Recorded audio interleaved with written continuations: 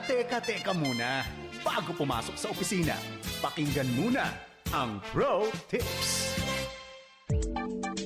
May mga desisyong simple at madaling gawin. Mga desisyon gaya ng ano ang breakfast mo, anong isusuot mo, o kaya ay ilalike mo ba ang picture na pinost ng office mate mo. Pero marami din naman ang desisyong mahirap gawin tulad ng ano ang kursong kukunin.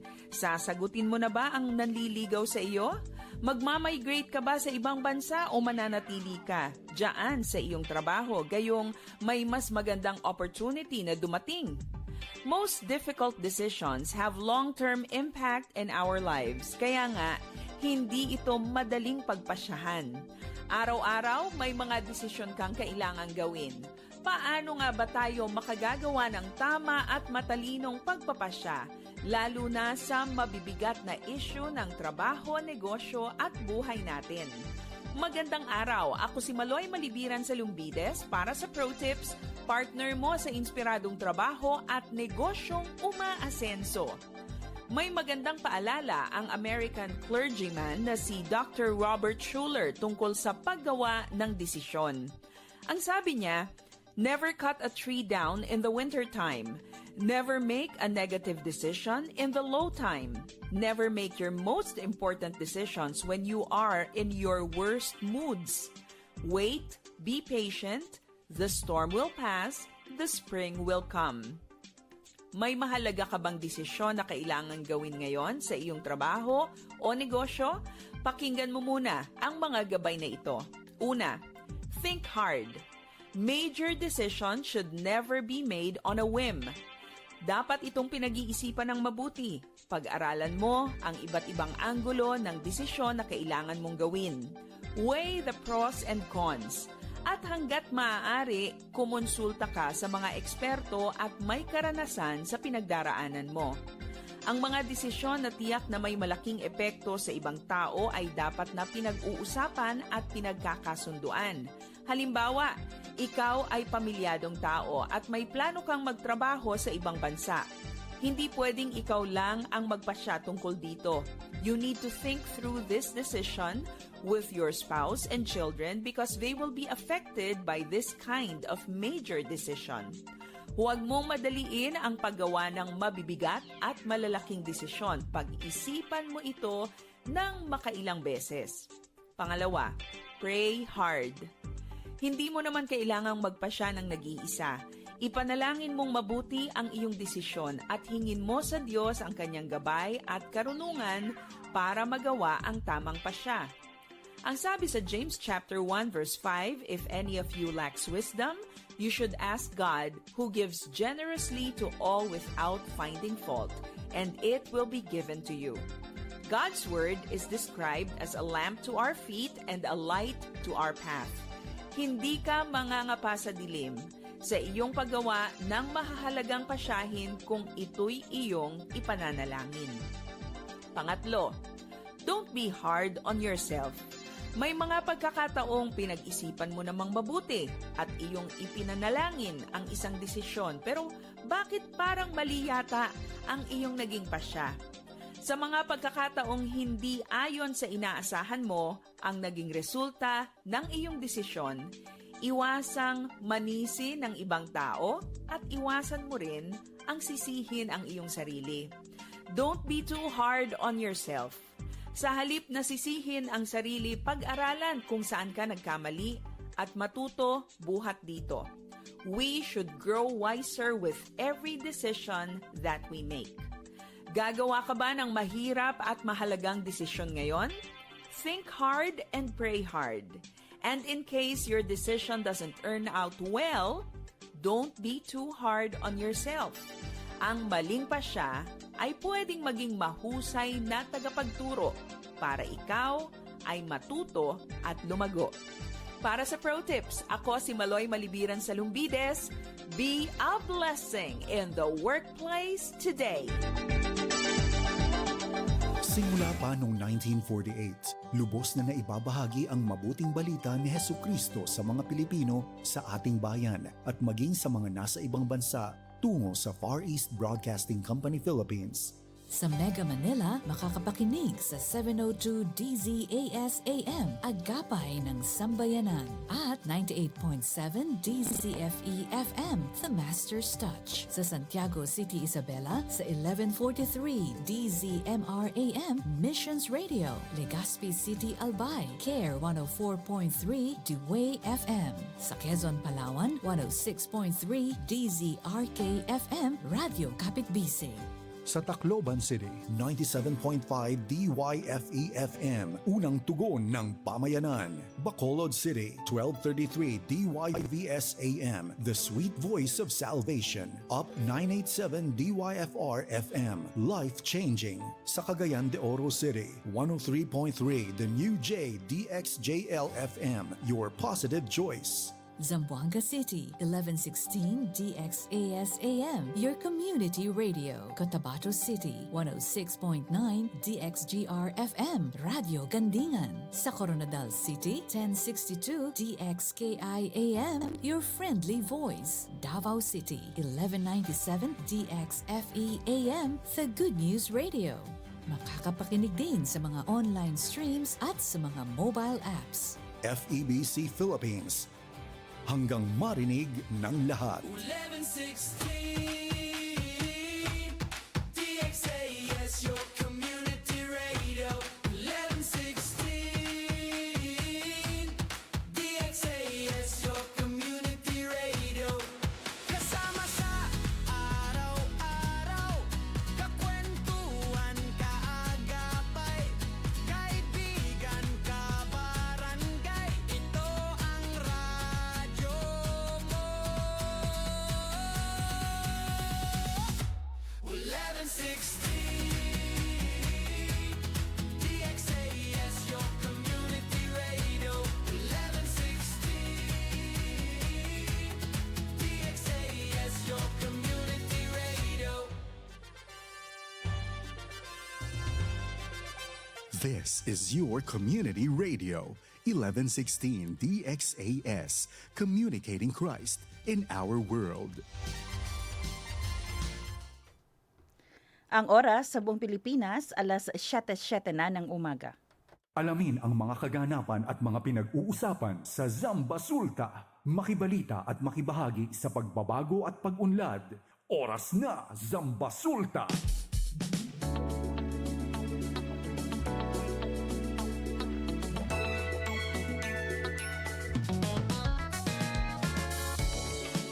Isang maulan na umaga ngayong araw ng Tuesday.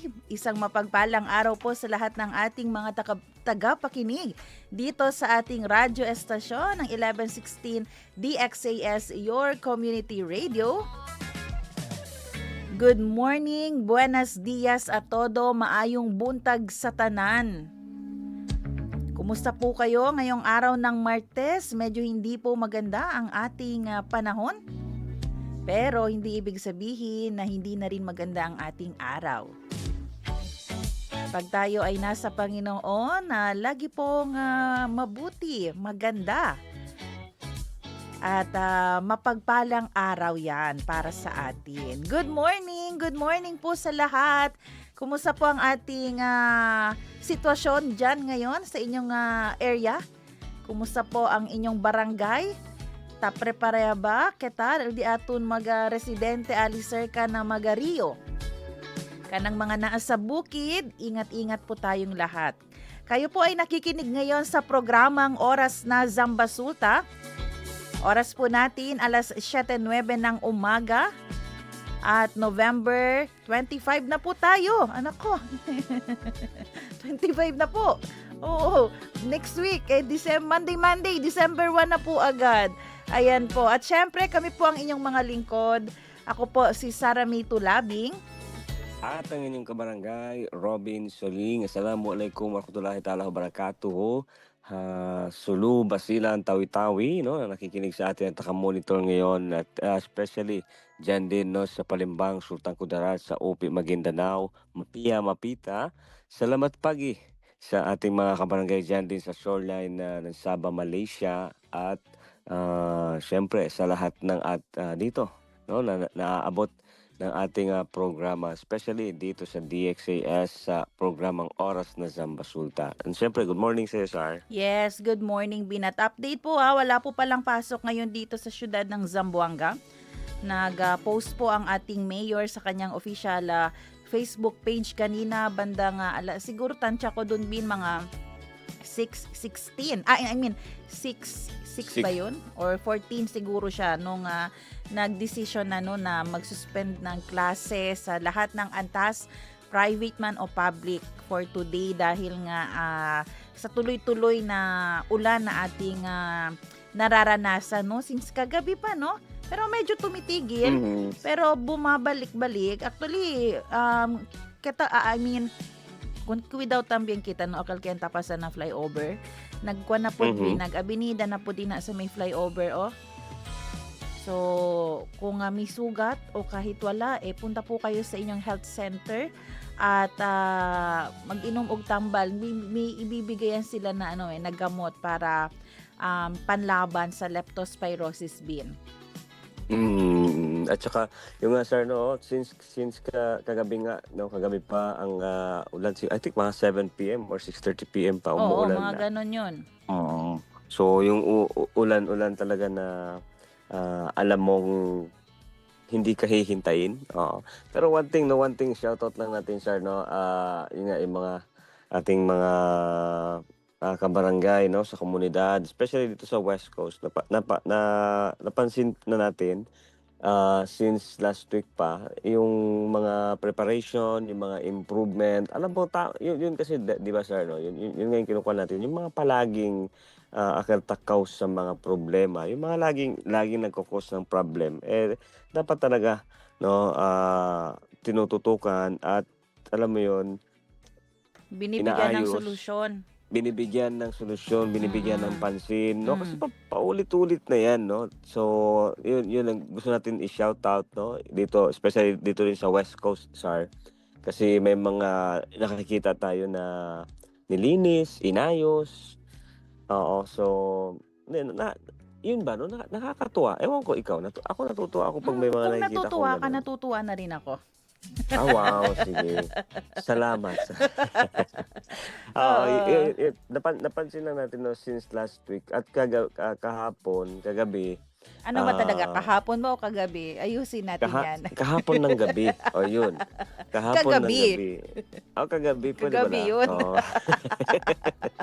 Pwede di ay. Oh, Oo, pwede hindi, po siya. Oo, napansin natin na medyo may may konting Improvement. improvement. Oo, maganda yan. Sa putik, nag-improve na ba? Nag-i-improve naman. Oo.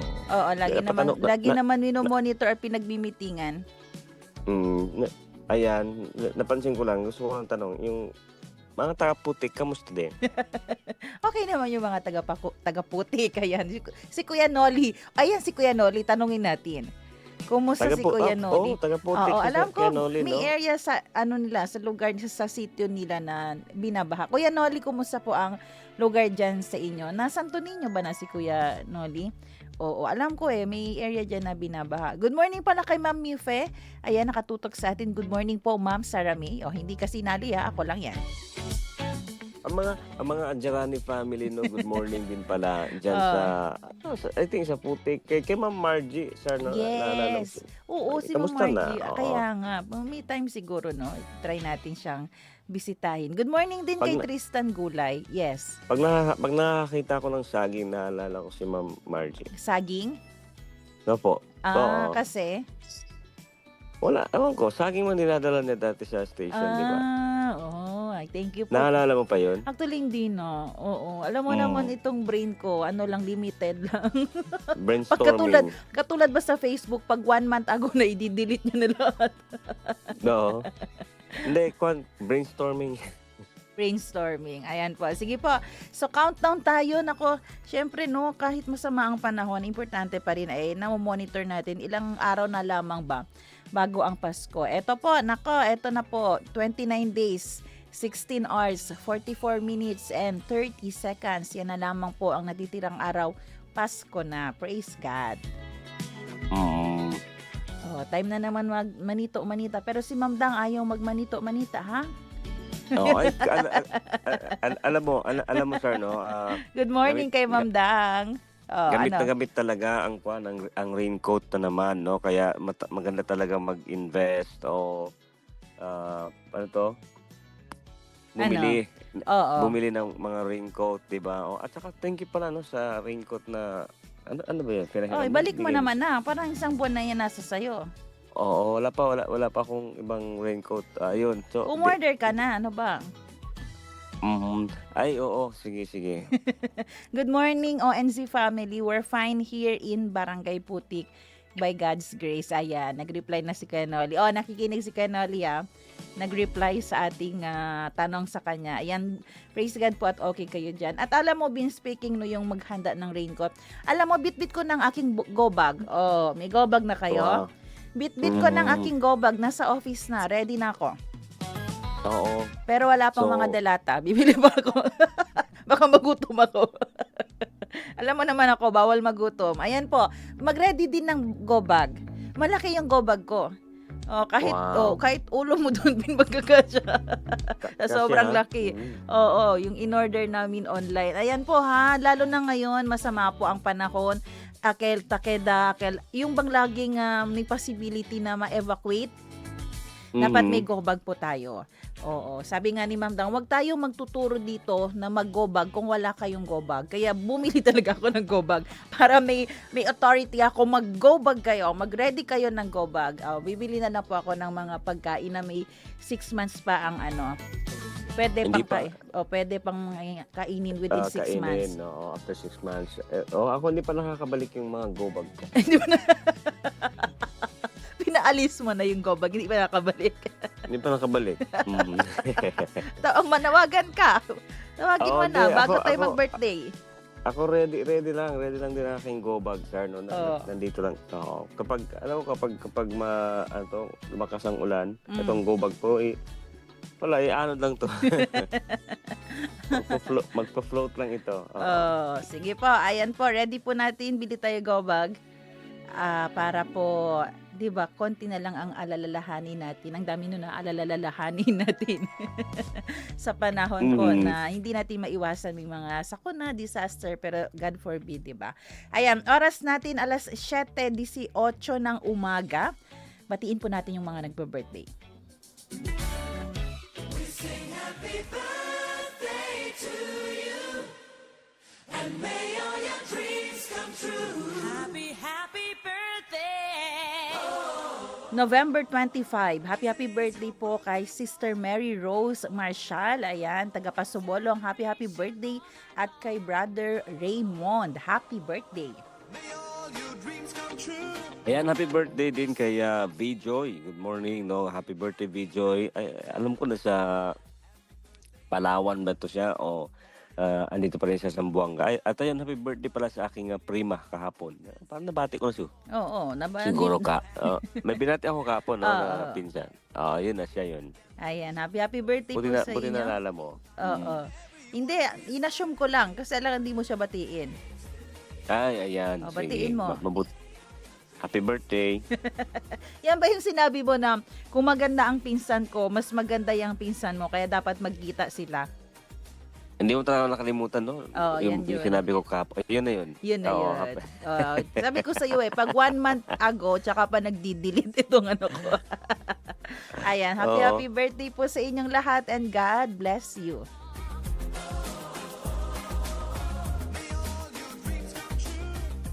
Salita at tanong ngayon.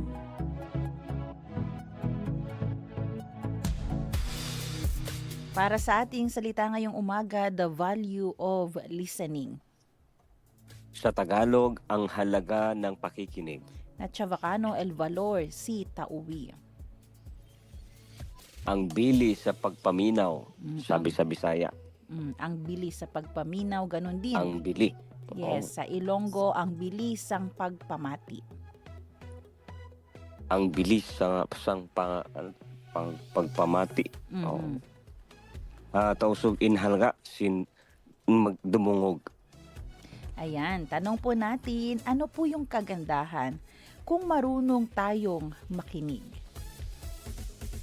James chapter 1 verse 19, let every person be quick to hear, slow to speak, and slow to anger. Sa Santiago, Kabanata 1:11, Magandang Balita Biblia, mga kapatid kong minamahal, unawain ninyo ito, maging alisto kayo sa pakikinig, maingat sa pagsasalita at hindi agad nagagalit.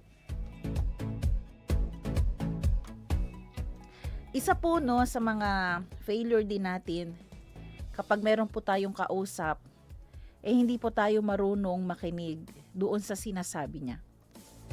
Napapakinggan natin yung boses niya, yung mga salita na lumalabas sa kanyang bibig. Pero actually, hindi tayo nakikinig sa kanyang sinasabi. Ibig sabihin na hindi natin siya pinapakinggan, hindi natin iniintindi kung ano po yung sinasabi niya. May mga pagkakataon din kasi yung nagsasabi ng mga salita, medyo malakas na yung boses. Medyo galit na. 'Di ba? At dahil galit na, yung hearer, hindi niya napapakinggan yung punto mo. Dahil ang napapakinggan niya na lamang ay yung sigaw mo, yung way of communication mo, yung galit mo.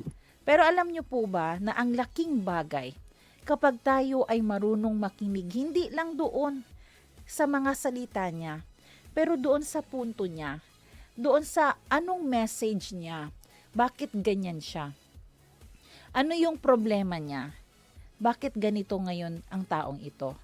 Napakahalaga na meron tayong mga tenga na marunong makinig, marunong umintindi. At saka alam mo sir, no, mahalaga talaga especially na kilalanin at sabi nga kilatisin, no. Alam mo dapat kilala mo yung kaharap mo, 'di ba? Oo, so parang kumbaga before you speak, no, bago ka mangusap or kausapin yung isang tao, dapat talaga meron ka kahit konti lang na kumbaga background knowledge sa taong 'yan para maintindihan mo siya. Kasi minsan kapag may mga tao kasi na inborn, 'di ba? May yung iba inborn yung mga boses nila na ano to? Malalakas na. Oo, malalakas, no, or may iba high pitch, high pitch sitang kwento, 'di ba? Para dol si Celine Dion, 'di ba? Oo. O ikaw pag nagsasalita ka, no, ano ba? Ako kasi minsan kapag nagsasalita ako, 'di ba, parang minsan na hindi mo maintindihan. May mga ganong background din ba, no? Kaya talagang importante na yung sa pakikinig mo hindi lang sa kung ano yung sinasabi, kundi sino at anong klase yung nagsasabi or yung tao. Sabi nga dito, one of the most profound ways to show care is by listening actively and without judgment. Alam mo minsan yung mga taong may problema din, hindi nila kailangan agad ng advice. Ang kailangan lang nila yung taong may makikinig sa kanila. Yung isa talaga sa mga natutunan ko na naririnig ko nung nagpipreach, pag yan may mga, halimbawa, nung may mga kakilala kang namatayan, yung pinaka-importante dyan minsan, hindi yung agad may sasabihin ka na ito, ganyan. Ang kailangan mo lang pala talagang gawin, makinig lang. Kailan siya mag-open up? Ano ang gusto niyang i-open up? Papakinggan mo lang siya. Yun lang ang kailangan niya. Hayaan mo lang siya magsalita at without judgment. 'Di ba? Makikinig ka lang doon sa mga heartaches niya, sa mga burdens niya sa buhay, o yung kahit sa panahon na galit siya, makinig ka. Ano yung point niya? Bakit ganito ang emosyon niya? At saka alam mo parang I think kamakailan lang namin to na napag-uusapan. Ito active kwan talaga sir, no, yung sa buhay ng mga mag-aasawa. 'Di ba minsan kasi parang most of the time na kapag kinakausap tayo, ang automatic na instinct natin talaga agad is kailangan ng sagot, 'di ba? Kasi na-train na yung utak natin ba, no? Pero kung babalik-balikan natin din yung background, no, sa mga magulang natin or sa mga nakakatanda, no, parents natin, 'di ba? Pag nagsasalita sila minsan, wala kang kailangang sagot, no, kundi pakikinggan mo lang sila at iintindihin mo lang sila. And then magbibigay lang sila ng hint. 'Di ba? Doon pa rin papasok yung active listening na maririnig mo during the conversation, may mga instruction. Mm. 'Di ba? Kumbaga para yung nga sa ako na naalala ko noon dati, parang pag sinabi may kinukwento or may ina-explain tapos sagot. 'Di ba? Doon ka papasok doon. Pero pag hindi mo narinig yung hudyat na yon, yung sign na sagot, tapos ang point doon kasi hindi ka nakinig. Mhm. At at saka alam mo yung isang skill na natutunan ko sa pagiging active listening. Kasi sir, 'di ba, no, tayo nga since nasa almost a decade na tayo nagtatrabaho Mhm. sa broadcasting, no. Mm. Ito yung isa sa mga asset or dapat skills na meron ka, no, especially yung pakikinig. Alam mo sa entire journey ng pagiging active listening, hindi lang broadcasting, no. May sa conversation may mga tao minsan tatanungin ka, anong sinabi ko kanina, 'di ba? Mhm. Mhm. Oo, na-encounter mo 'yan? Mm. Pero kahapon hindi mo napakinggan yung sinabi sa meeting. Oo. Yun. Iba 'yun. Oo, ibang senaryo naman yun. Oo, sleeping time. Oh, Hindi, sige. Oh. hindi, 'di ba? Yun nga, dahil nga sabi nga dito na in our fast pace, no? Mm. Mhm. Ang dami ng trigger para ma-distract, no? Para Mhm. ma-distract tayo. Parang minsan nga parang sa sobrang palagi tayong wala tayong masyadong interaction with one another, no? Yung both sa tao. Minsan parang napapagod tayong makinig, na mas pipiliin natin yung ewan, no, nakikinig naman din tayo kapag nagse-cellphone tayo, 'di ba? Mhm. Oo, yun nga lang may kasamang kuwan ng mata. Pero 'di ba? I mean kasi Mhm. may nakikita ka tapos nakikinig ka, paiba-iba. Eto kasi pag kausap siguro bakit pag ako kaharap mo, no, parang ayaw mong makinig. Ako? Kasi oo, Oo. Ganyan talaga. gano'n talaga.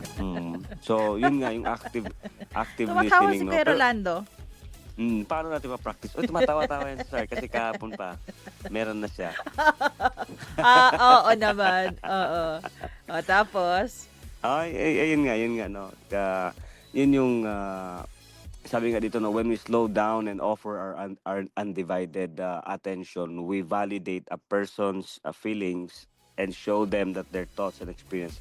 Yun nga, no, kapag isang act of respect din yun, yung pakikinig, no, at yung alam mong pinapakita mo or sinasabi mo mismo doon sa taong iyon na kausap mo or kasama mo na mahalaga siya kasi nakikinig ka sa kanya.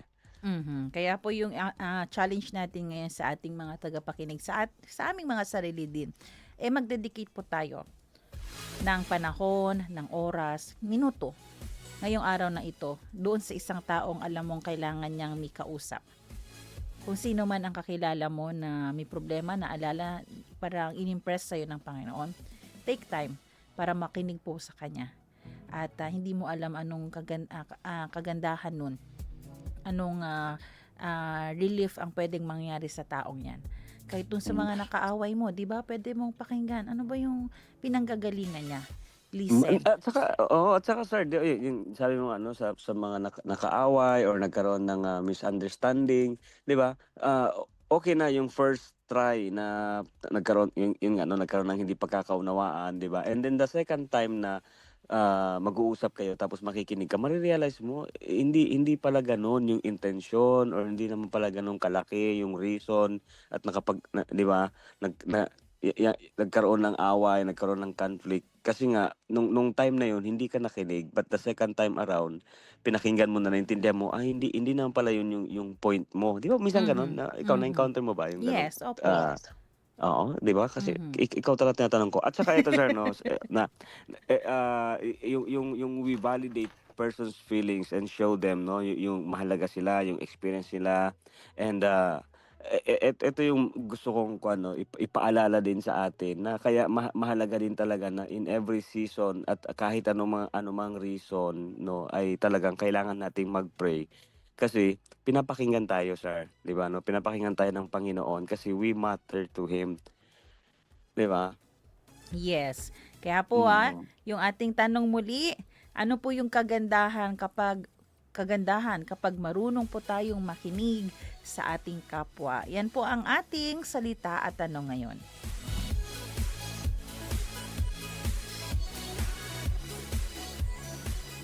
Mga gawang kabutihan para sa bayan.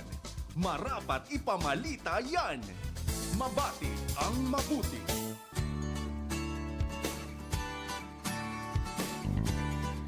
Kabati-bati ang gawang kabutihan ng isang 18-year-old na nagsulat ng children's book para matulungang makapagtapos sa pag-aaral ang mga overseas Filipino workers sa Hong Kong. Pinamagatan ni Emilio Baha, author ng nasabing libro, ang kanyang likha bilang A Heart in Two Places. Tungkol po ito sa kwento ng kanyang yaya na isang Filipina domestic helper na nakasama ng pamilya sa loob ng halos 2 dekada. Lahat ng malilikom mula sa mga maibebentang libro ay mapupunta sa funding ng kanyang itinatag na organisasyong Full Feels o isang grupong nag-i-sponsor ng mga OFWs na nais matapos ang schooling. Malapit sa puso ni Emilio ang mga domestic helpers sa Hong Kong, lalo pat bukod sa meron silang nakasamang ganoon sa loob ng ilang taon, madalas pa raw niyang nakita ang ibang mga OFW sa Central District tuwing sila ay may day off. Masayang nagkwekwentuhan at nagkakantahan na para bang walang pasang problema sa buhay. Basta masaya sila sa Filipino community doon. Batid niyang sa kabila ng ngiti, ay meron pa ring mga agam-agam at pangarap ang mga OFW na madalas napilitang mapasabak sa trabaho dahil sa kahirapan ng buhay. Kaya naman sinimulan niya na mismo ang pagtulong sa pamamagitan ng Full Feels at pagbebenta ng kanyang isinulat na aklat. Nakatutuwa naman dahil ngayong taon magtatapos na ang unang 30 OFW scholars ng organisasyon na nabigyan ng chance to finish their studies. Mga kaagapay, totoo ang kasabihang, if you see a need, you don't wait for others to fill it. It's your job to fill in the need. Marahil sa kakaintay na tulungan sila ng iba, ay baka wala ng tulong na dumating. Gaya po ni Emilio, sa ating paligid, may mga needs tayong nakikita. At sa simpleng ways, sana wag nating hintayin ang iba. Gawin natin ang mga paraang kaya para sa kanila ay magsilbi kang biyaya.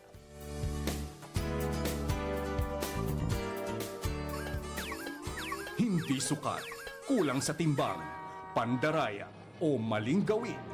Maitama ang mali. At para naman sa maitama ang mali, inalis na sa pwesto ang isang pulis sa Cebu matapos mag-upload ng Bring Me Challenge online, kung saan hinihikayat ng mga manonood na magpresenta sa kanya ng drug users o pushers kapalit ang cash prize, na para bang ginawa pang entertainment at nakakatawa ang seryosong issue ng lipunan patungkol sa droga. Sa video, pabirong sinabi ng pulis na nag-o-offer siya ng 2,000 pesos para sa makapagdadala sa kanya ng drug user at 5,000 naman sa drug pusher. Agad siyang inalis sa pwesto at hinihingian ng paliwanag sa nagawa. Sabi ng pamunuan ng Philippine National Police, ang behavior ay hindi sang-ayon sa standard operational procedure ng mga pulis. At kahit pa gusto lamang ng online engagement, nararapat na consistent ang actions ng kapulisan sa sinumpaan nila. Kaagapay, alam nating may panahon ng biruan at may oras na dapat seryosohan na.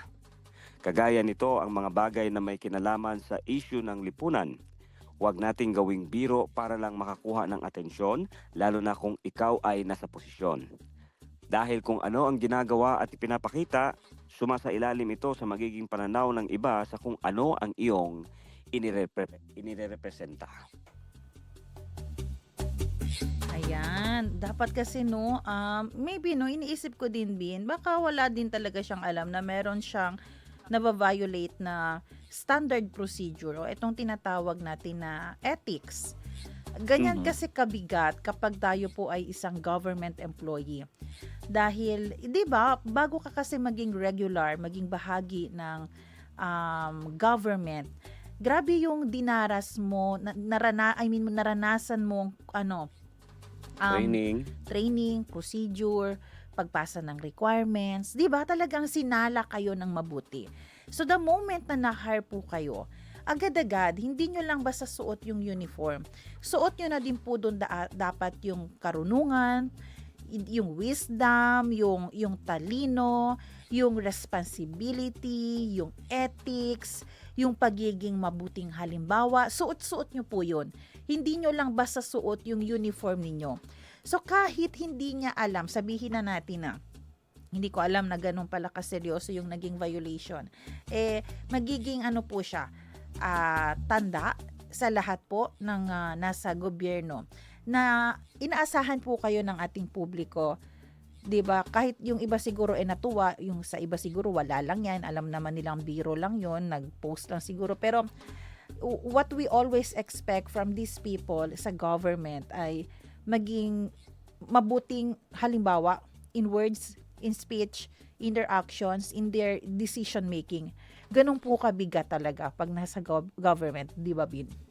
At saka especially yun nga sir, dahil normal yung social media, normal na yung mga uploading, di ba? Anong tawag na meta, di ba? Metaverse. So alam mo yun. At yun yung magiging reminder din sa atin, no, paalala para sa atin lahat na hindi porket normal na siya online, ibig sabihin normal na rin siya Nagawin. Oo, normal na gawain na rin, no. May mga standard tayo, 'di ba? Kahit naman tayo, 'di ba, sa media sir, no, sa field of work natin, 'di ba? May mga nakikita or mga influencer tayo na kasama, kabaro na nasa social media. Pero pagdating, 'di ba? Nila sa on air, 'di ba? Iba din, no. So hindi ka dapat ma-confuse sa ano yung and especially sila, 'di ba, no, yung ating mga nasa serbisyo, no, na nasa gobyerno, may kuwan yan, may tawag dito, anong sabi mo kanina, no, may standard yan sila, 'di ba? May mga protocols, and minsan yun nga, no, yung magpapaalala sa atin na dapat talaga everyday we live kumbaga yung full of intentionality, no, intentional lahat, especially kapag yung call of duty natin ba, no, bilang magulang, bilang yun na nga, no, mananampalataya, bilang government employee, no, or public servant, oh, 'di ba? Yung ating mayor nga, no, 'di ba, nagda-dance din siya sa social media. Pero pag sa actual talaga tutukan yung issue ng trapiko dito sa syudad, di ba? Hindi siya sumasayaw during traffic, di ba? During break time niya sa City Hall. Ikaw? Oo, yung napaghihiwalay. Yung itong nangyari naman din kasi, mukhang hindi niya napaghiwalay yung trabaho sa joke niya. Kasi sinabi niyang, bring me, drug pusher, 5,000, drug user, 2,000 ba yun ang sabi niya? 2,000, oo. So, hindi napaghiwalay. Oo, at saka bago ko makalimutan, sir, no, ito yung maging kuan din natin, no, paalala din sa atin. Okay lang magkaroon tayo ng side hustle, 'di ba, ng sideline, pero talagang kailangan mong iiwanan talaga, no, yung malaking porsyento doon sa regular job mo. Di ba? So kung halimbawa, yun nga, katulad natin, ako nagtatrabaho tayo bilang announcer. So talagang 80% or 90% talaga announcer ka. 10% yung, ano bang sideline ko? Wala pala akong sideline. Oo, kumbaga kahit saan ka pumunta, bit-bit mo na yung pagkatao mo, ano yung work mo, kung sino ka. Kung may tinatago kang pagka-joke-joke, ayan, mga 20% mo lang laging ilabas yan sa bahay, sa workplace. Or during kwan lang. Kaya ako lang eh. Ano tawag doon sa atin yun, yung pumunta tayo sa ibang kwan? Team building, di ba? Retreat, recharge. Doon mo Doon mo ibuhos lang yan. Oo. Ayan, sige po. So yan po ang ating Bati ang mabuti, maitama ang mali.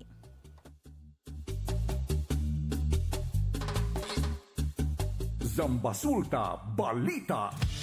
Oras natin mga kaibigan, alas 7:40 na ng umaga at para po sa ating mga balita, ipinatupad na ang Blue Alert status sa Zamboanga City pasado alas 6 kagabi dahil sa Tropical Depression Verbena. Ang kautusan ay mula po sa Zamboanga City Disaster Risk Reduction and Management Operations Center o CDRRMC na naglalayong tiyakin ang agarang pagtugon sa anumang posibleng kalamidad. Hinimok ng CDRRMC ang lahat ng Barangay Disaster Risk Reduction and Management Committees o BDRRMCs na patuloy na bantayan ang kanilang nasasakupan o area of responsibility. Ipinag-uutos din na kaagad na ipatupad ang mga hakbang sa paghahanda at pagtugon sakaling magkaroon ng emergency tulad ng pagbaha o pagguho ng lupa o landslides. Para po sa emergency, tumawag sa mga sumusunod na hotlines: 911, 955-9601, 990-1171 o kaya po sa cellphone number na 0966-731-6242 o kaya ay sa 0955-004-3682 o ang 0928-896-6279. Zambasulta Balita.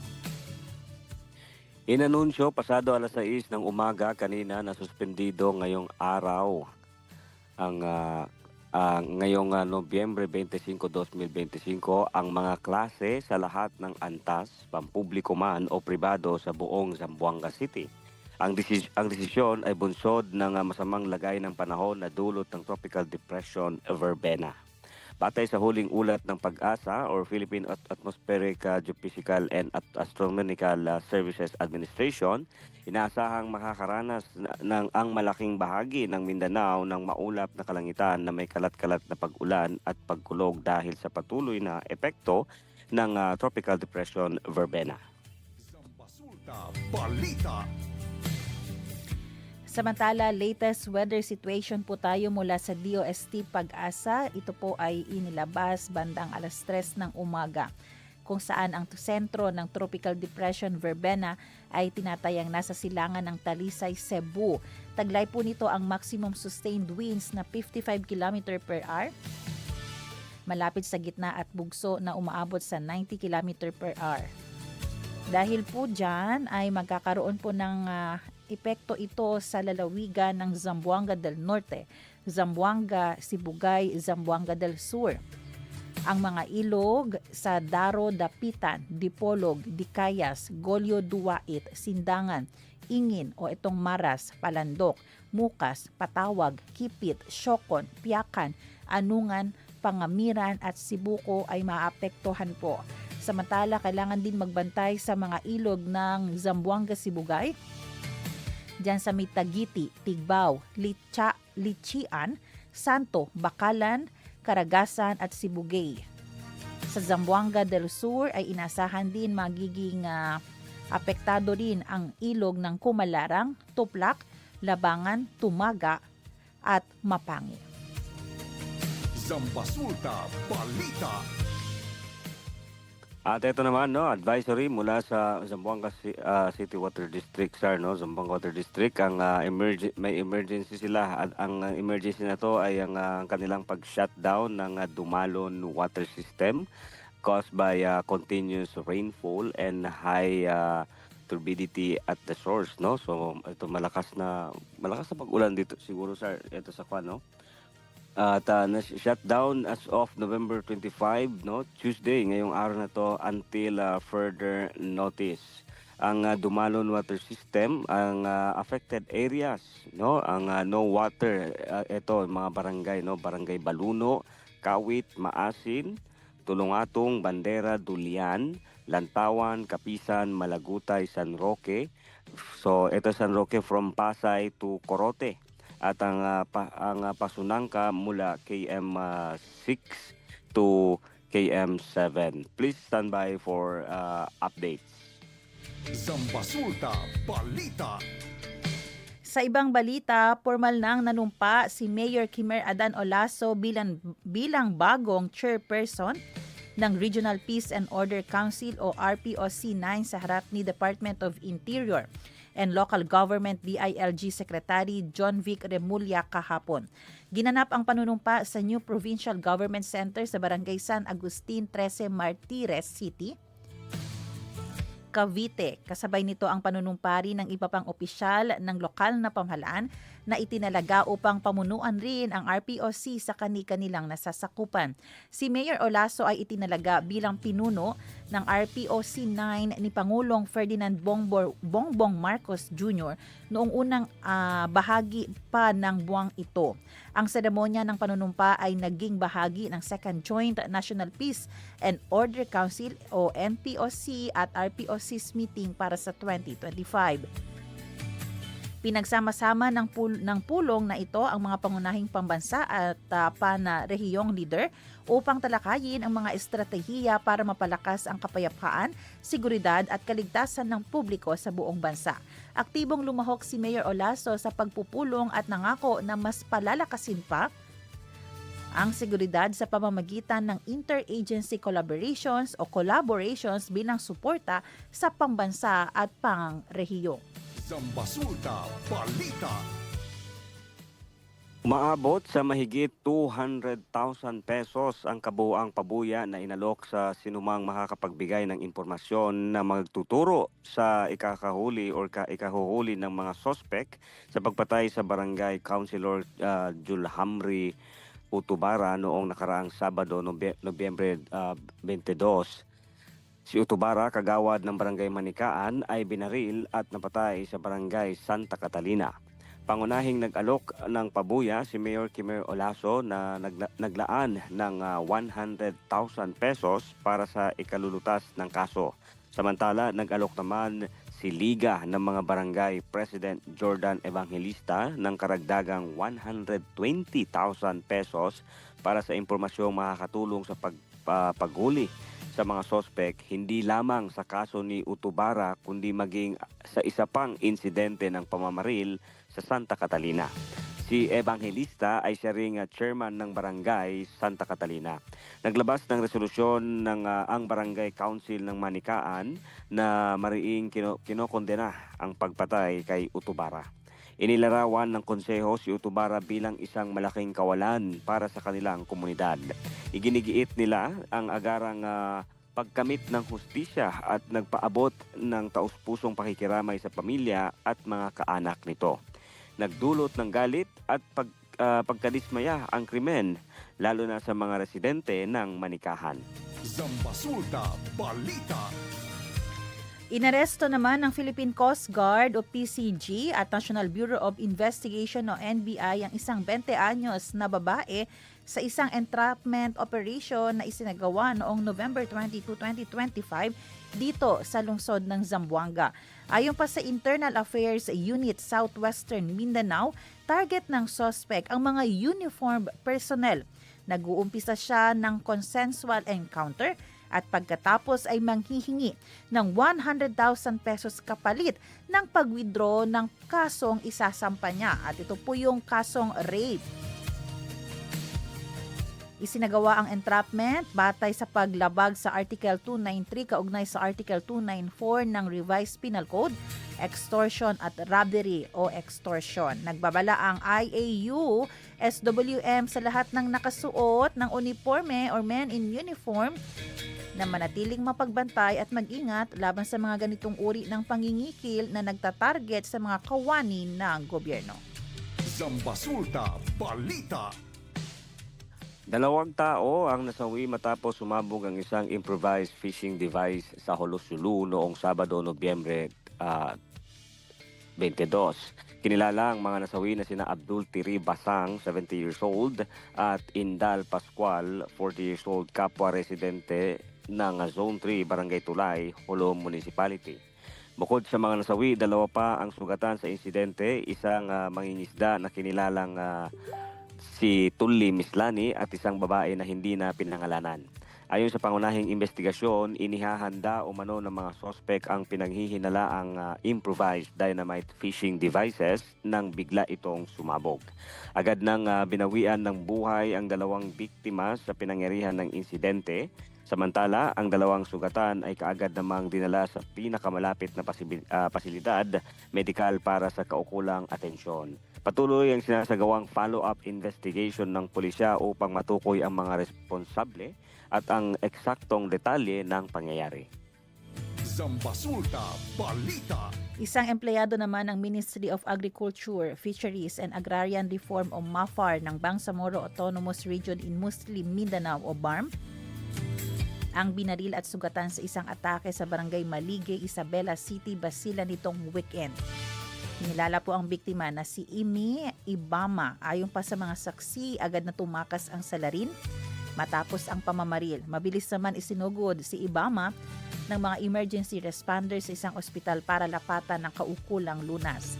Nagsasagawa na ng magkasanib na investigasyon ang mga investigador mula sa Isabela City Police Station, mga opisyal ng barangay upang matukoy ang pagkakakilanlan ng salarin at masampahan na ito ng kaso. Zambasulta Balita.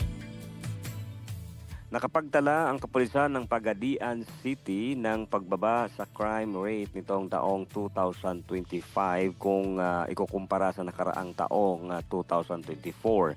Ito ay ayon sa datos na inilabas ni Police Lieutenant Colonel Jerwin S. Cagurin, ang hepe ng Pagadian City Police Station kamakailan.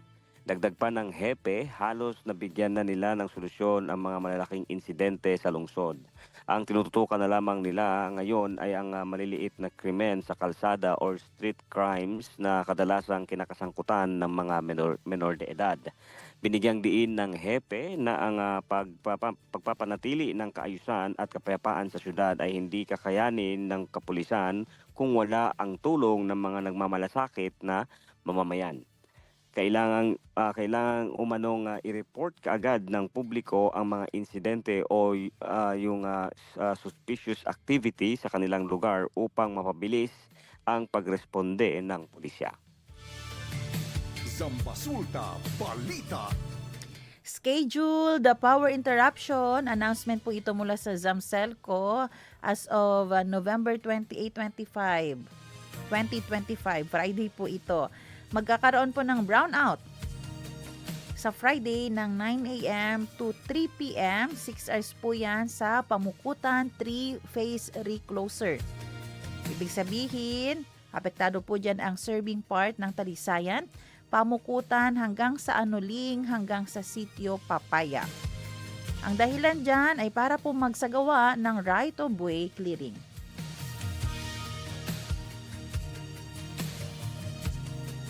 Zambasulta Balita. Oras natin mga kaibigan, alas 7:53 na ng umaga at yan po ang ating mga balita para sa araw na ito. Magbe-break po tayo sandali, pero wag po kayong bibitaw dahil sa ating pagbabalik ay makasama po natin muli ang ating paboritong segment na Patok na Negosyo. Kasama po ang Business as Mission Philippines. Pag-uusapan po natin ang workbook case study number 20. Itong Love Our Enemies. Kami po ang inyong mga lingkod, Sara May Tulabing. At ang inyong kabarangay, Robin Soling. Magbabalik ang oras ng Zambasulta dito lang sa 1116 DXIS. Radyo, Komunidad.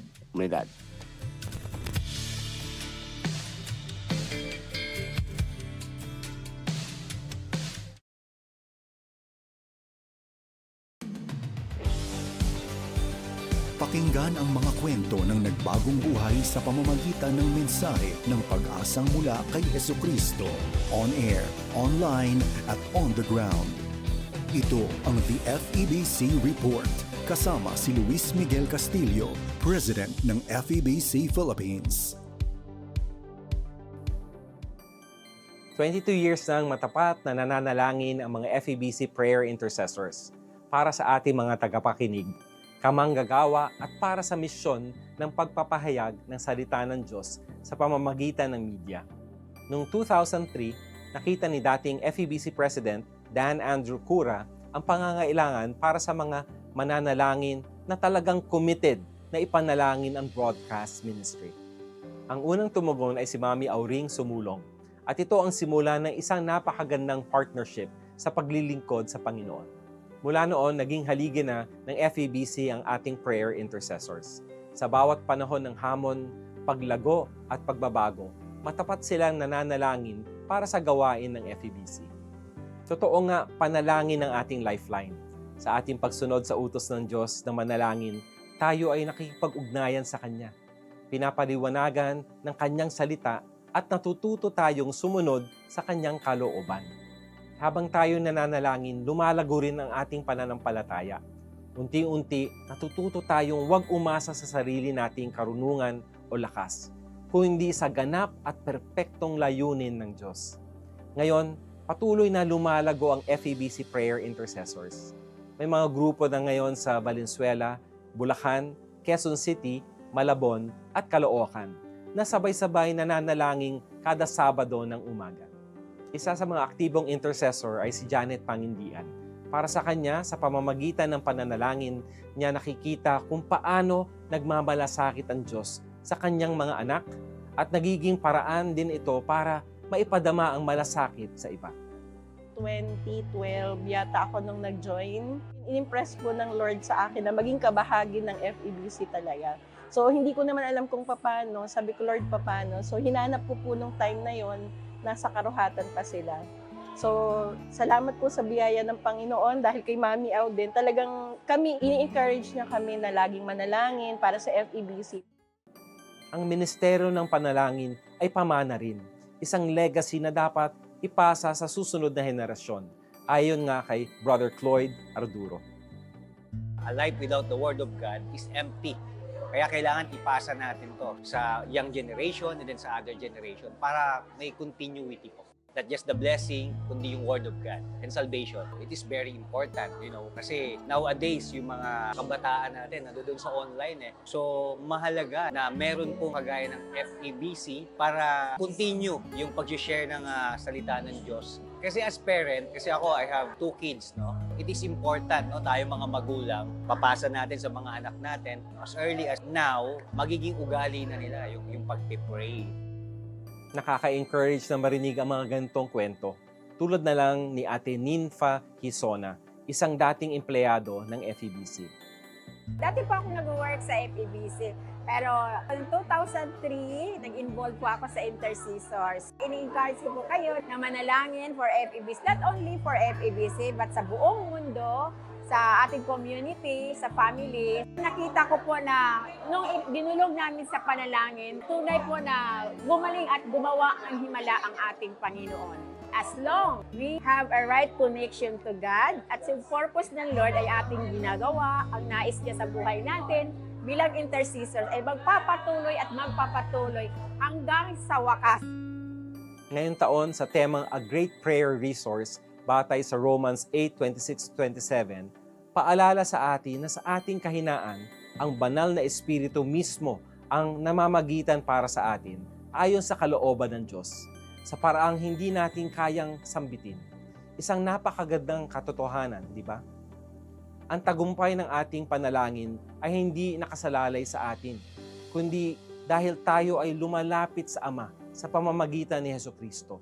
At ang banal na Espiritu ang siyang tumutulong sa atin upang manalangin. Sa pamamagitan ng pananalangin, higit nating malalaman ang tunay na kagalakan. Ito ay isang privilege na makibahagi sa dakilang gawain ng Diyos sa mundo. Dahil sa bawat amen na ating sinasambit, may isang kaluluwang nakakakilala kay Jesus. Kaya ipanalangin din natin ang mga intercessors. At kung tinatawag ka rin ng Diyos para makibahagi sa panalangin, makipag-ugnayan lamang sa FEBC Philippines Facebook page o mag-email sa info@febc.ph. Maaari mo ring ipadala ang iyong prayer requests. Nais namin kayong isama sa aming mga panalangin. Ako po si Luis Miguel Castillo para sa The FEBC Report. Hanggang sa muli, mananatili sa pananampalataya at mamuhay kay Kristo. Napakinggan mo ang The FEBC Report. Para maging updated sa ating stories online, mag-subscribe na sa ating YouTube channel at i-follow ang ating Facebook at febc.ph. Maging kabahagi sa misyon ng Far East Broadcasting Company Philippines na ipahayag ang mensahe ng pag-asa ni Hesukristo sa mundo. Bisitahin ang aming website sa febc.ph/give. Salamat sa inyong suporta sa ministeryo ng Panginoon. Pagpalain po kayo ng Diyos.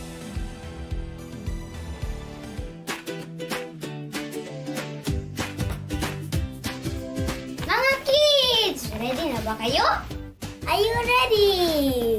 Tuwing Sunday morning, makakasama niyo kami para mag-enjoy sa mga kwento mula sa Bible. May kantahan at sayawan din.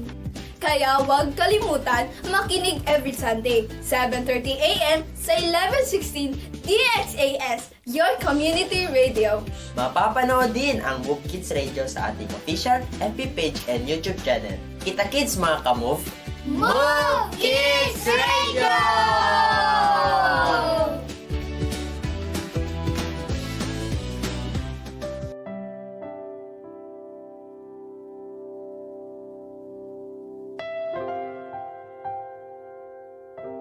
Ako nga po si Pastora Alice ng Jesus Reigns Ministry, Zamboanga, naka-assign as a missionary pastor. Sa pagkakataon na ito, nais ko po na samahan niyo ako sa ating makabayan panalangin.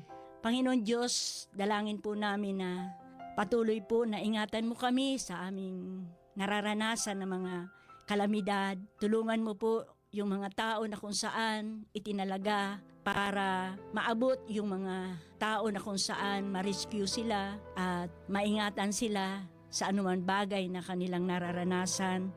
Ganon din, Panginoon, yung mga taong ito na tumutulong, bigyan mo sila ng resilient, strength, wisdom, guidance, kung ano yung mga bagay na dapat nilang gawin in time of emergency, crisis, na kung saan higit na nakikita mo ang pangangailangan ng mga taong ito na tumatawag sa iyo at humingi ng tulong. Ganon din, Ama, dinadalangin namin yung mga damages, Panginoon, mga tahanan, mga pananim, mga nasira, Panginoon, ng kalamidad, mga tao na kung saan wala po silang maasahan, kundi o Diyos, Ikaw, at yung mga tao na mga agency na inilagay ng aming government, mga NGO, na itinalaga para ito pong nasa kalagayan ng mga taong pangangailangan ay matugunan.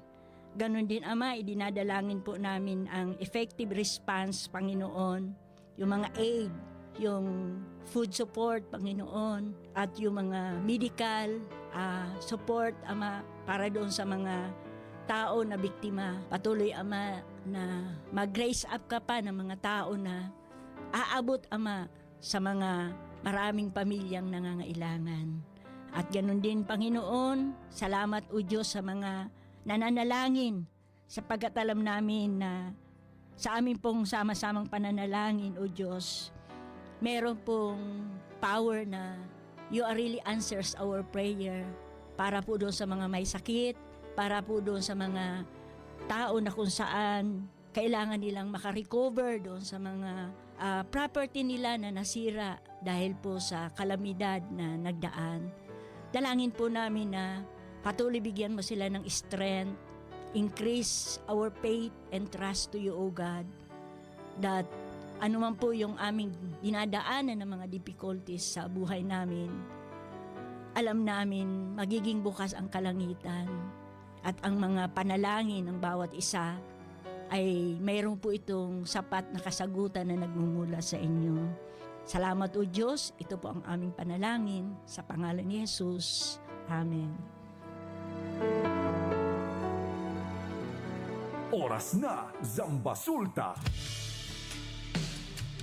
At nagbabalik ang oras na Zambasulta. Kayo pa rin po ay nakikinig sa 1116 DXAS, your community radio. Ako po ang inyong lingkod, Sara May Tulabing. Ang DXAS ay isa sa mga himpilan ng Far East Broadcasting Company at member ng kapisanan ng mga broadcaster ng Pilipinas. Ang FEBC ay isang non-profit, non-commercial at donor-based radio station. At dahil po sa katapatan ng ating Diyos at sa inyong partnership, tayo po ay nagpapatuloy sa paghahatid ng mabuting balita ni Kristo. Inaanyayahan po namin kayong maging bahagi ng ating radio ministry. Pwede nyo pong iscan ang ating QR code o kaya po ay mag-deposit sa ating bank accounts para sa inyong donasyon. At para ma-acknowledge po namin ang inyong donation ay mag-message po kayo sa amin. Muli, maraming salamat sa inyong partnership at God bless. Oras natin mga kaibigan, alas 8:05 ng umaga. Batiin ko muna ng good morning si Sir Sangre Vida Boni. Siya ba itong pumunta sa atin? Ayan. Hello po Sir Bonifacio, good morning po. Sabi niya pa, good morning ma'am. 1116 DXA staff, stay good health always from Eric and Willin Bonifacio family. Ayun, sinabi niya pala kung saan galing. Hello po, good morning. Kay Sir Eric, kay Willie, and God bless you po. Patok na negosyo.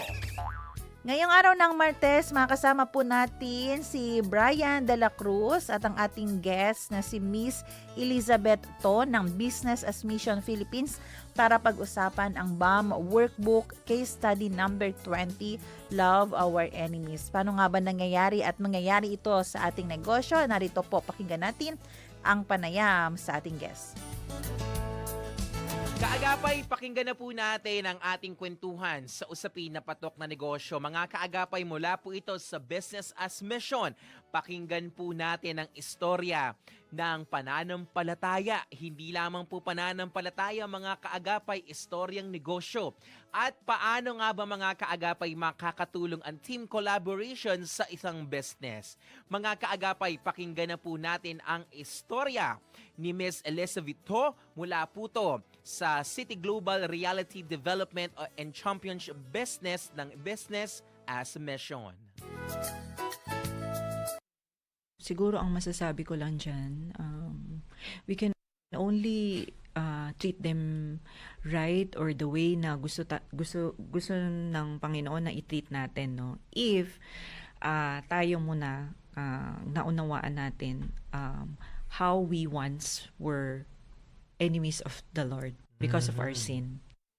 So, kung dun tayo manggagaling na perspective, malalaman natin or mauunawaan natin na we were once separated from Him, di ba? Because of our disobedience. Pero despite that, di ba, minahal tayo ng buong buo at hindi naman niya, because of that great love, no, He sent His Son to, di ba, to die for us, di ba? So, I think kapag kami ganun kang perspective, that tayo, or ako, no, I am a recipient of grace, the same way, I'll be able to show grace, no, sa enemy. So, halimbawa, not to, sometimes hindi madaling mag-business or magnegosyo, like sometimes may mga agencies na napakahirap, 'di ba? Makipag-relate or something, but ang iniisip ko is, 'di ba, we are commanded to respect authorities, 'di ba? Dahil ang authorities ang galing din naman sa Panginoon. Yeah. So, wala sila diyan kung hindi naman nabigyan ng authority ng ating Panginoon. And so, kung meron mang hindi nag-agree na mga principles or prinsipyo, isipin na lang natin na paano ba natin mas mapapakita ang pagiging Christ-like in the way that we deal with them. Mahirap talaga on our own. We cannot really do it, no, kung hindi, if it's not really for the Lord, from the Lord. Hindi talaga natin kaya kasi ang tendency naman talaga natin is to retaliate. O pag sinaktan tayo, syempre may pride tayo na bakit ako magpapaapi o bakit ako no. Actually sa amin na experience na namin yan, we've had that experience where we are being no, marami mga accusations na binabato sa amin, and I would keep quiet.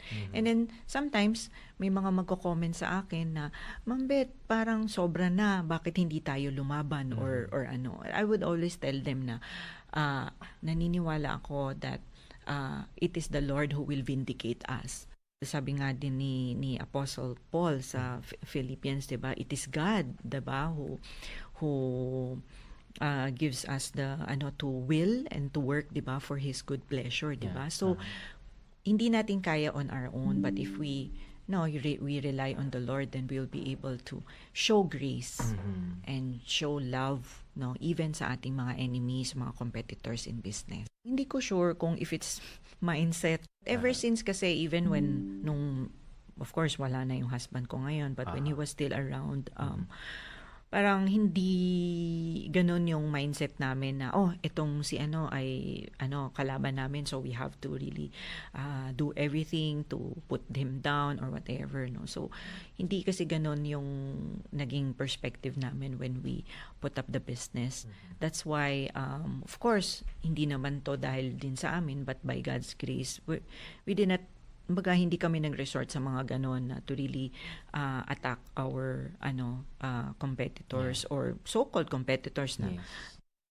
Reflection ko, una siguro yung perspective ni Elisha, no, kasi 'di ba yung mga natatakot, no, kasi yung perspective nila kasi is tumitingin kasi sila doon sa kaaway na, 'di ba, Elisha prayed na buksan ng kanilang mga mata, nakita nila yung mga hukbo, 'di ba? So I think yung perspective that lahat ng mga pinagdadaanan natin sa business, no, with our competitors, with our other enemies, or kung tawag man natin our enemies, no, yung perspective na the battle is the Lord's. And again, no, yun nga, pinaghanda sila sa halip na pinaghanda pa sila, 'di ba, na pinakain pa sila. The battle is the Lord, so the victory is the Lord's. I cannot claim anything, 'di ba, na ako yung, 'di ba, it's because of me or it's because of my power, it's because of my strength. And going back to why do we want to grow in Christ likeness ba?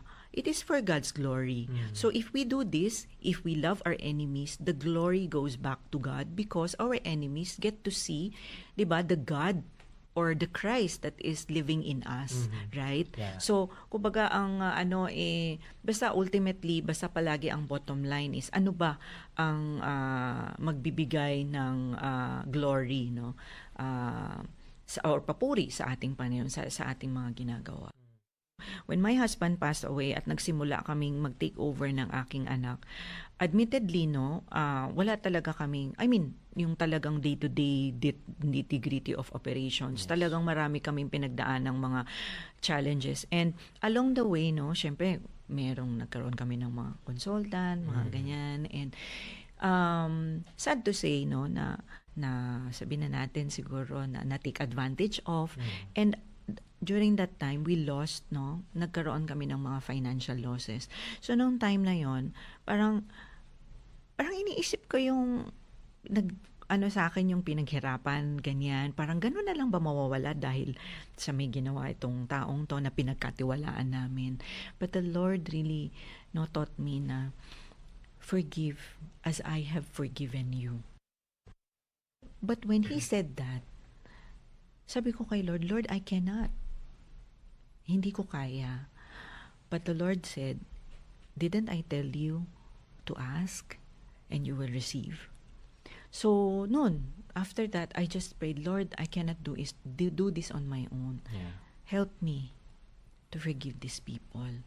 And it's not, it's really by God's grace na since then, I have been praying for these people.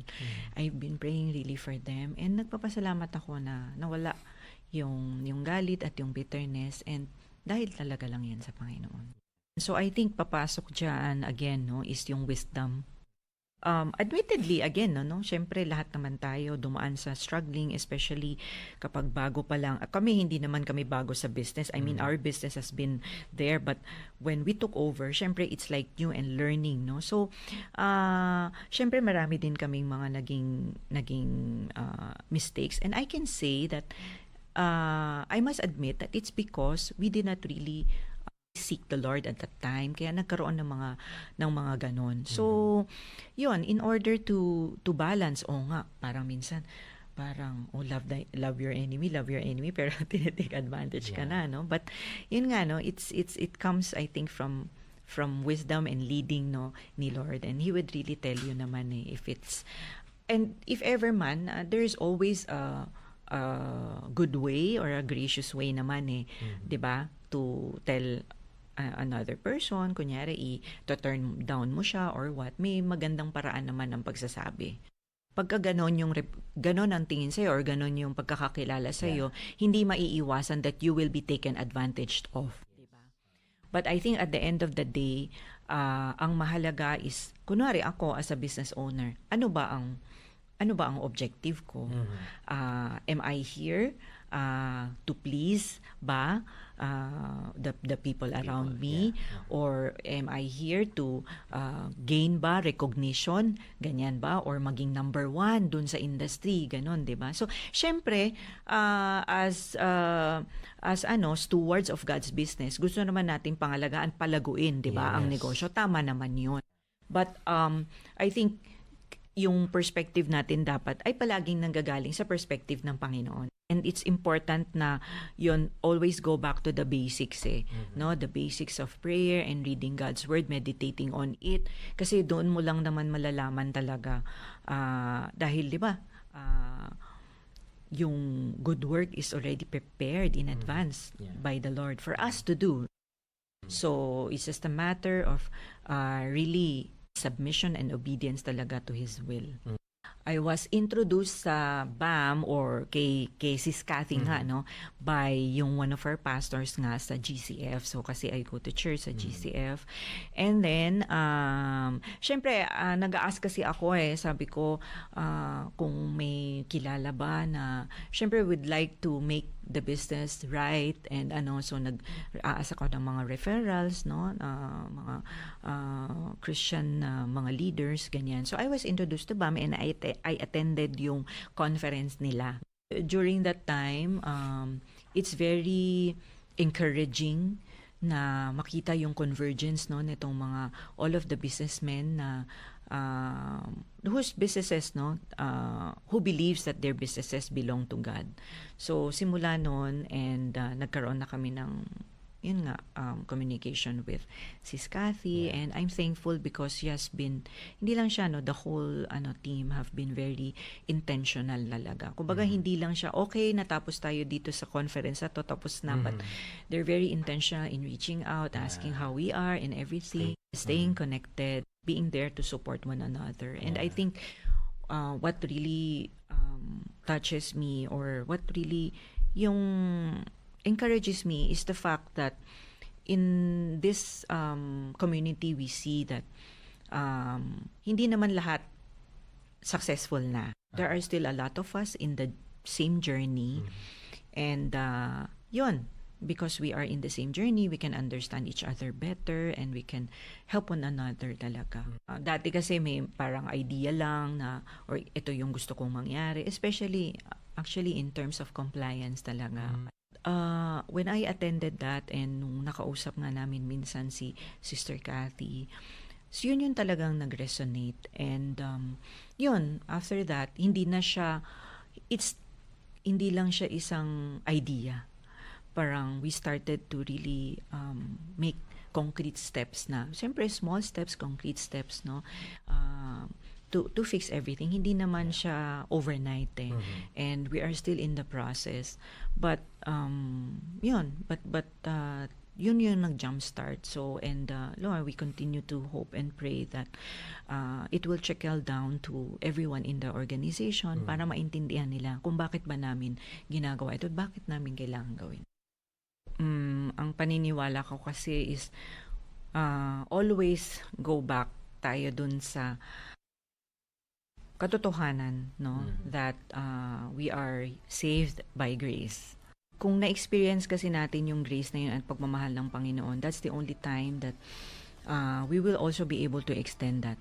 When we know the depth of the sacrifice that God did, no, for us, we will respond in gratitude. And out of gratitude, it will develop into love for the Lord. And as we love the Lord, then, syempre, we would like to please Him, di ba? We would like to do His will, and the main of which is to love Him and to love our neighbors. And, if I may say, loving our enemies.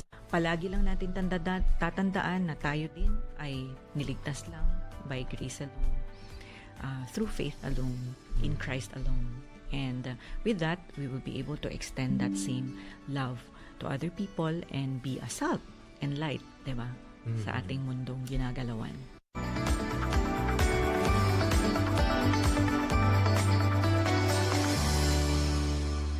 Sabito, mga kaagapay. Ang ganda, Kuya Reggie, at syempre sa mga kaagapay natin ng kwentuhan na sa gitna ng pagsubok, sa gitna ng pressure, o di naman kaya mga kaagapay yung decision making sa pagnenegosyo, minsan talaga hindi talaga sa usapin ng kita na susukat ang pagmamahal sa negosyo, kundi mga kaagapay, kung paano natin mapaparangalan ang pangalan ng ating Panginoong Diyos. Mga kaagapay, muli nakasama po natin si Miss Elizabeth To.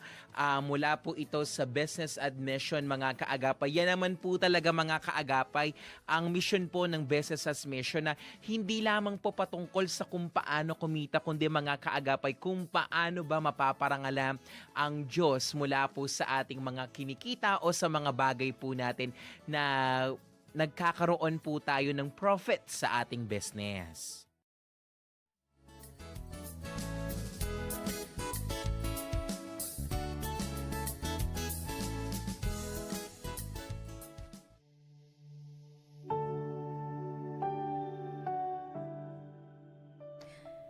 Manalangin po tayo, Ama namin, na siyang lumikha po sa lahat, ang aming Diyos na buhay, ang aming Diyos na tagapagligtas.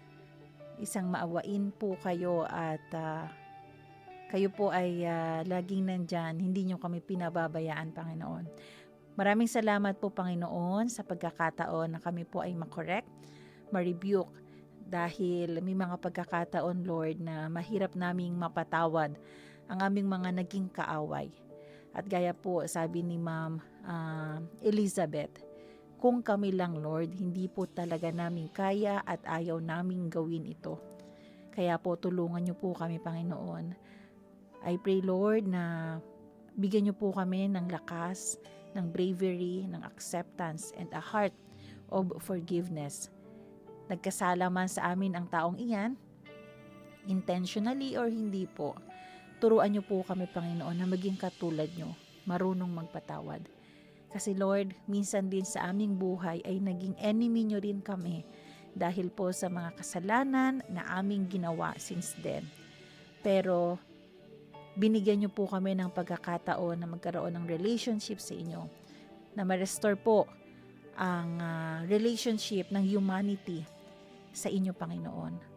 So kung paano niyo po ako pinatawad, tulungan niyo po ako, Panginoon, na mapatawad rin ang aking mga kaaway at maging kaibigan, maging kapatid ko po siya dyan sa inyo. Lord, maraming salamat din po sa mga ginagawa niyo sa aming bansa. Maraming problema. Maraming mga ginagawa na akala po ng aming gobyerno hindi namin nadidiscern ang mga totoong nangyayari. But we pray, Lord, na lalo pong mag-expose ang truth sa corruption, at panalangin namin na hindi lang yung mga maliliit na isda o tao ang managot, pero yung mga mismong mastermind din. At kahit sino pa man yan sila, Panginoon, alam ko, hindi nyo kakayaan na hindi mabigay ang hustisya, yung transparency. Lord, we pray, Lord, sa aming sitwasyon ngayon, merong tropical depression, verbena, at may mga lugar na po sa Visayas ang apektado, ang nag-evacuate na. At kahit dito po sa syudad ng Zamboanga Peninsula ay nakaabang po ang lahat para po matugunan agad kung may mga hindi inaasahang pangyayari. So we pray, Lord, na maging alerto po ang mga tao. At ma-remind po lagi na every time may disaster, every time may baha, may mga ganitong sitwasyon, babalik doon sa issue ng corruption para po mas mahabol namin, Panginoon, yung hustisya na ninakaw po sa publiko. Lord, we pray for safety. I pray, Lord, na wala pong sinong mamatay, wala pong sinong magkasakit dahil po sa tropical depression na ito. Sana mas maging handa, maging alerto, maging mas masunurin at mas magkaroon ng magandang accommodation, quick accommodation, Panginoon, sa mga affected. At panalangin po namin sa lahat ng mga rescuers, lahat po ng CDRRMO na agad po silang makaresponse po sa mga kailangan ng tulong at bigyan niyo po sila ng good health, strength, idea, wisdom, guidance, protection sa kanilang rescue operation na gagawin sa kanilang AOR. Ito po ang aming samot dalangin sa pangalan ni Jesus. Amen.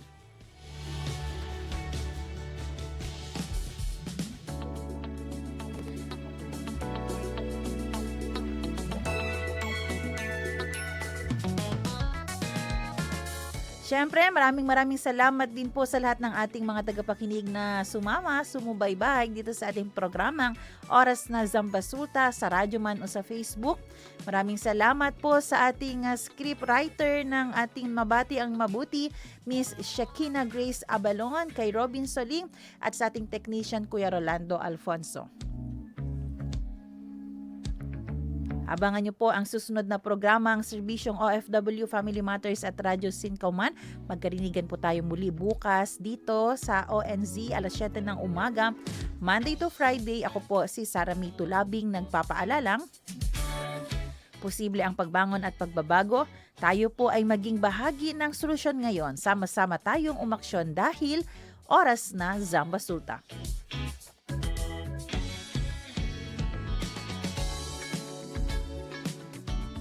Inyong napakinggan ang programang Oras na Zambasulta. Para sa mga komento, mensahe o suhestyon, tumawag o mag-text sa 0916-296-6625 o sa 0998-844-1410.